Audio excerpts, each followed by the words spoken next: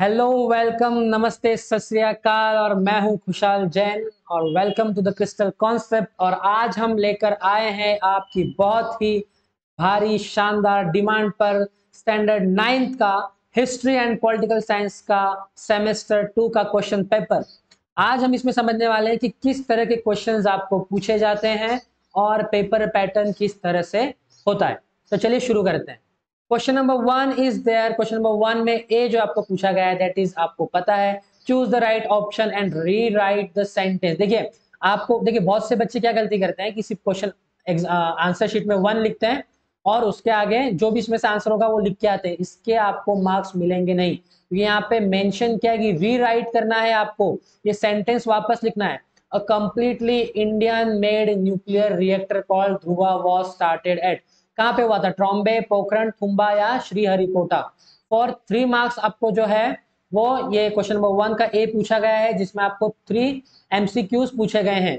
इस तरह से question number 1, question number 2 and that is question number 3। आपको इसका आंसर बताना है कमेंट सेक्शन में कि कहाँ पे फर्स्ट जो ध्रुवा न्यूक्लियर रिएक्टर था वो सबसे पहले कहाँ पे स्टार्ट किया गया था। Now question number 2, the first open heart surgery under the leadership of Dr. N. Gopinathan was successfully performed in the city of। कौन से सिटी में सबसे पहले इंडिया में जो है वो हार्ट सर्जरी हुई थी? इन चारों में से आपको कोई भी ऑप्शन करेक्ट ऑप्शन है वो आपको कमेंट सेक्शन में अभी कमेंट करके बताना है। देखते हैं कौन सबसे राइट आंसर बताता है और कौन सबसे जल्दी बताता है। Question number 3 is there. The dash dash language is gaining importance in India due to process of globalization। Globalization होने के वजह से कौन सी लैंग्वेज जो है वो इंडिया में बहुत ज्यादा इंपॉर्टेंस गेन कर रही है? अंग्रेजी, इंग्लिश, पंजाबी, फ्रेंच या हिंदी? जो भी करेक्ट आंसर है आपको कमेंट सेक्शन में कमेंट करके बताना है। Now question number B. Question number 1 का B is also given for 3 marks. Question number 1 का A for 3 marks, question number 1 का बी फॉर 3 मार्क्स, टोटल हो गया 6 मार्क्स। यानी कि overall question number 1 is asked for 6 marks। Identify the wrong pair and correct the rewrite। Again it is mentioned here you have to rewrite the pair। Okay, now textile committee, उसके साथ industrial development corporation, industrial finance corporation of India and khadi and village industry of commission. इसके साथ कौन सा correct है वो, कौन सी wrong है वो पेयर आइडेंटिफाई करनी है। और अगर ये रॉन्ग है इसका राइट कौन सा है वो आपको राइट करके लिखना है। उसके बाद देखिए ये क्वेश्चन नंबर 1 बी का 1 2 3, इसमें से कौन सा करेक्ट है वो आपको इसमें से आइडेंटिफाई करके लिखना है। सॉरी, कौन सा रॉन्ग है वो आइडेंटिफाई करना है और उसको करेक्ट करके आपको लिखना है। ना question number 2 is asked. Question number 2 का ए इज आस्क्ड फॉर 4 मार्क्स। देखिए 6 मार्क्स क्वेश्चन नंबर 1 में है ना। क्वेश्चन नंबर 1 का ए और बी एकदम इजी है, एमसीक्यूज बेस्ड सारे, एक्टिविटी बेस्ड सारे क्वेश्चंस है। Question number 2 is also activity based है, इसलिए बता रहा हूं कि फेल होना मुश्किल है। बहुत से लोग फेल हो जाते हैं, मुझे नहीं समझ में आता वो फेल क्यों होते हैं। इतने एक्टिविटी बेस्ड क्वेश्चन सॉल्व करके ही आप अच्छे से पास हो सकते हो। तो ऐसे कौन है वो जो फेल हो जाते हैं, जो पेपर में जरा भी अटेम्प्ट नहीं करते हैं? अगर आपको क्वेश्चन आंसर्स नहीं आ रहे हैं दैट इज एक्सेप्शन, पर एटलीस्ट आपको एमसीक्यूज अच्छे से करके जाने। देखते हैं हम कितने मार्क्स के एमसीक्यूज है। क्वेश्चन नंबर 2 का ए फॉर 4 मार्क्स, यहाँ पे आपको एक्टिविटी दी गई है। 4 इंडस्ट्रीज इन इंडिया, कौन कौन सी इंडस्ट्रीज है? 4, वो आपको लिखनी है। 4 इंडियन क्रिकेट कैप्टन के आपको नाम लिखने हैं। कितना इजी है, जो क्रिकेट फैन है उनके लिए तो बहुत ज्यादा इजी क्वेश्चन फॉर 4 मार्क्स। अब तक हो चुके हैं total 10 marks. Now question number B, any two in brief, मैंने एकदम शॉर्ट में इसका, छोटे में इसका आंसर लिखना है फॉर 4 मार्क्स, है ना। 4 क्वेश्चन है। Write anti liquor movement, anti liquor movement कहाँ पे चालू हुई थी के बारे में लिखना है, थोड़ा बहुत उसके बारे में बताना है। 2 मार्क्स के हिसाब से एटलीस्ट 5 से 6 लाइन उसमें होनी चाहिए। Social welfare program, this is much much much important question. Social welfare program आपको हर बार पूछा जाता है, तो इसको आपको छोड़ना नहीं है, इसको आपको अच्छे से समझना है, रटना नहीं है, समझना है, पढ़ना है और लिखना है। What efforts are made by our government to promote agricultural industries? Agriculture industries को प्रमोट करने के लिए उनको कम इंटरेस्ट पे लोन दिया जाता है, उनको डिस्ट्रिक्ट लेवल पे किस तरह से उनको फार्मिंग के बारे में पढ़ाया जाता है, ट्रेनिंग दी जाती है।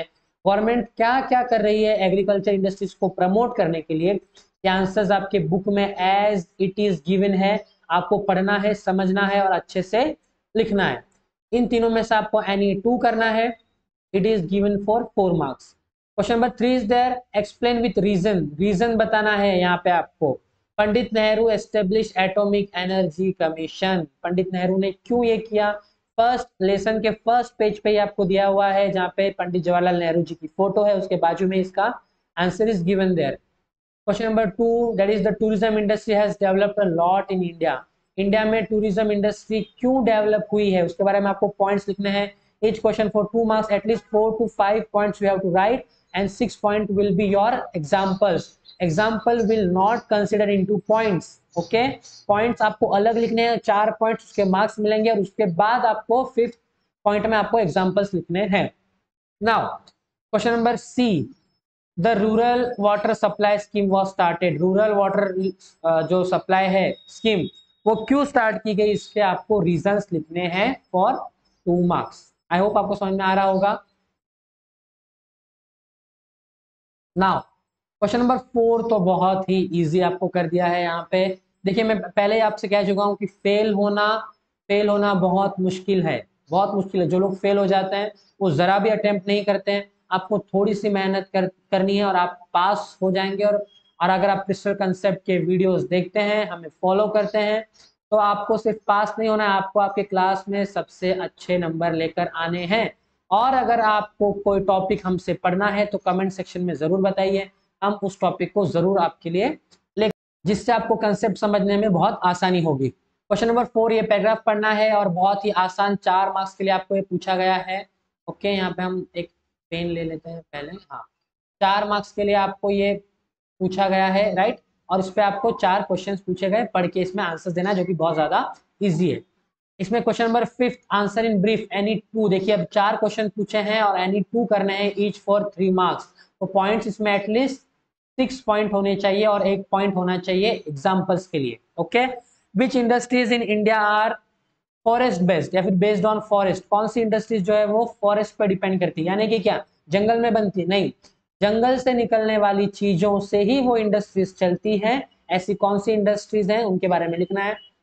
Question number 2, why were family courts established, family court क्यों एस्टेब्लिश किए गए, जहाँ पे फैमिली के डिवोर्स के, जमीन के झगड़े, भाई भाई के झगड़े, ये जो सारे फैमिली रिलेटेड इश्यूज हैं, इनको सॉल्व कहाँ किया जाता है? फैमिली कोर्ट्स में। That's why family courts were established. Question number 3 is there, which changes have taken place in medium of television, जो कि हम देख रहे हैं, हमको अच्छे से लिख देना है इसमें कि टेलीविजन आज तक किस तरह से चेंज होते होते एक मोबाइल के फॉर्म में देखा जाए तो टेलीविजन आ चुका है। Now question number 4 is there, how is employment generated in tourism sector, tourism sector में किस तरह से एम्प्लॉयमेंट जनरेट हुआ है, ये आपको इसमें आंसर्स फॉर 3 मार्क्स आपको लिखना है। 4 क्वेश्चन में से कोई भी 2 क्वेश्चन आपको लिखने हैं। आई होप आपको अच्छे से समझ में आ रहा होगा, पेपर पैटर्न आपको समझ में आ रहा होगा। यहाँ तक था हिस्ट्री। इसके बाद will move toward political science, जो कि बहुत ही इजी अंडरस्टैंडिंग और बहुत ही ज्यादा। देखिए 8 तक हम पढ़ते थे सिविक्स, अब हमको पढ़ना है पॉलिटिकल साइंस, क्योंकि हमारी लेवल भी क्या हो चुकी है, इंक्रीज हो चुकी है। पहले हम सिविक्स पढ़ते थे, अब हम 9th में, तो हमारी लेवल इंक्रीज हो चुकी है। अब हमको वर्ल्ड पॉलिटिक्स, इंडियन पॉलिटिक्स के बारे में नॉलेज होना बहुत ज्यादा जरूरी है। क्वेश्चन नंबर 6 जो है, आपको प्रॉपर फिलिंग द ब्लैंक्स करना है कि हेडक्वार्टर्स ऑफ यूनाइटेड नेशन कहाँ पर है, न्यूयॉर्क में, जेनेवा में, लंदन या वॉशिंगटन में। क्वेश्चन नंबर 2 जो है वो इंटरनेशनल प्रॉब्लम्स कौन सी है, इसमें से कौन सी इंटरनेशनल प्रॉब्लम है वो आपको टिक करना है। नाउ देखिए यहाँ पे आपको मेंशन नहीं किया है कि रीराइट करना है, फिर भी आपको फिलिंग द ब्लैंक्स पूरा रीराइट करना है, सिर्फ आंसर लिख के नहीं आना है, वरना आपको मार्क्स नहीं मिलेगा। नाउ क्वेश्चन नंबर 7, ट्रू और फॉल्स बताना है विथ रीजन। बहुत से बच्चे बहुत घाई गड़बड़ी में सिर्फ ट्रू और फॉल्स लिख देते हैं और रीजन लिखना भूल जाते हैं, तो ये आपको ध्यान रखना है कि रीजन लिखना है। India refuse to be member of United Nations, India ने यूनाइटेड नेशन का मेंबर होने में रिफ्यूज किया क्या? That is false, we are already the member of United Nations, है ना। तो आपको ट्रू सेंटेंस क्या लिखना है कि वी आर ऑलरेडी, या फिर India is already the member of United nation. Second, it is necessary that all nations should cooperate in order to find remedies on environmental degradation. That is very true. True क्यों है तो आपको वो लिखना है। Question number 8 का ए, following diagrams हैं 2 marks के लिए, ये आपको अच्छे से करना है। Remedies of environmental degradation, environment जो हमारा पर्यावरण ह्रास हो रहा है, पर्यावरण हमारा खत्म हो रहा है, उसके लिए क्या उपाय आप कर सकते हैं। तो जो 4 ये आपके बुक के डायग्राम में दिया गया है, ये डायग्राम आपको अच्छे से देखना है, यहाँ पे लिखना है। कॉजेस ऑफ इन्वायरमेंटल डिग्रेडेशन, कौन कौन से रीजंस है वो आपको यहाँ पे लिखना है। क्वेश्चन नंबर 8 का B, right a short note. Veto power पे आपको लिखना है कि वीटो पावर क्या होती है, इसके परमानेंट मेंबर कितने हैं, नॉन परमानेंट मेंबर कितने हैं, परमानेंट मेंबर कौन कौन से, और वीटो पावर का वो किस तरह से इस्तेमाल करते हैं, ये आपको लिखना है। Human right is a very very very common question ask repeatedly. Human rights आपको हिस्ट्री में भी पूछा जाएगा और पॉलिटिकल साइंस में भी पूछा जाता है। Question number 9 is there, answer the following question in brief, any two आपको करना है। What are the problems of the refugees, refugees के क्या क्या प्रॉब्लम्स है, वो जब आते हैं तो उनको फैसिलिटीज नहीं मिलती, हॉस्पिटल्स नहीं है, स्कूल्स नहीं है, उनको रहने के लिए जगह नहीं है, तो झोपड़पट्टी में रहते हैं। बहुत ही रिसेंट अभी एक हादसा मलाड मुंबई में हुआ है, जहाँ पे अप्पावाड़ी नाम की जो जगह थी, वहाँ पे जो झोपड़पट्टी थी वो सारी पूरी तरह से जल के खाक हो गई। झोपड़पट्टी एक दूसरे से जुड़ी होती हैं, कोई कॉन्क्रीट स्ट्रक्चर नहीं होता, इस वजह से इनमें आग लगने के चांसेस बहुत ज्यादा होते हैं। तो ये सारे रेफ्यूजीज के क्या क्या प्रॉब्लम्स है वो हमको जनरल आइडिया में लिखना है। Question number 2, what is the role of peace keeping force, ये भी बहुत ही IMP very very IMP question है, तो ये आपको करके जाना है। Explain the background and cooperative relation between India and America, India और अमेरिका के जो भी कोऑपरेटिव रिलेशंस हैं, चाहे वो इकोनॉमी में हो या किसी भी मामले में जो भी रिलेशन है वो आपको एक्सप्लेन करना है। ओके, आई होप आपको वीडियो अच्छा लगा, समझ में आया, पेपर पैटर्न आपको याद रहा होगा। Please like us, subscribe us और अपने फ्रेंड्स के साथ शेयर करना बिल्कुल ना भूलें। Thank you so much.